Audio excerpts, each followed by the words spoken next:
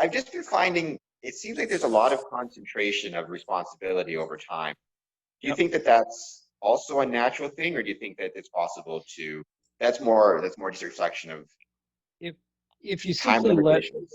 if you simply let an organization run on its own, yeah, you're going to find that there's hangers on who simply want to put it on their resume, and then there's other people who wind up being very committed to it. And they wind up doing the lion's share, and perhaps they become too committed to it. Um, that's if you just simply let an organization run on autopilot, it'll do that.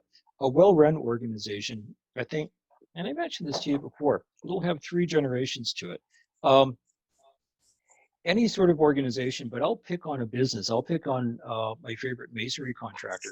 There's a fellow there who's president of the company. He's very capable. He's very, um, he knows his stuff.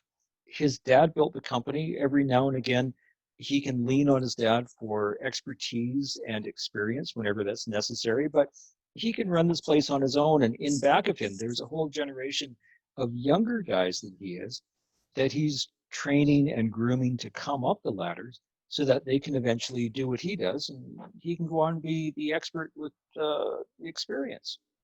So we need to have a very healthy middle generation. Now I can speak to Freemasonry. We need to have a healthy middle generation.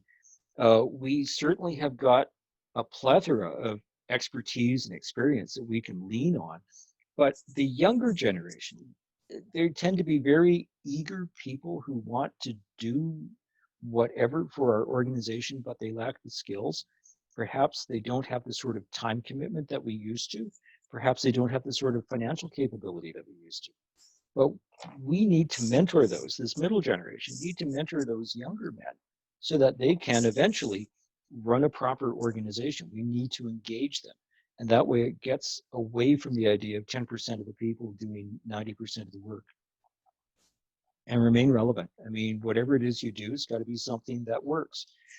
You know, when the Detroit Temple, let's pick on it, was built in 1920, the role of men in a family is very different then than it is now.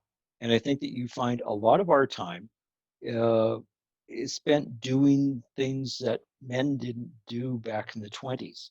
We're suddenly more active fathers, and that's seen as being a positive. That's just one example, but it's a section of time that suddenly we're not spending towards Freemasonry, at least not in a traditional sense. I think that we could probably look at it with a fair bit of intensity and find ways that, no, being a good father, we can see that as being part of Freemasonry. How can we do that?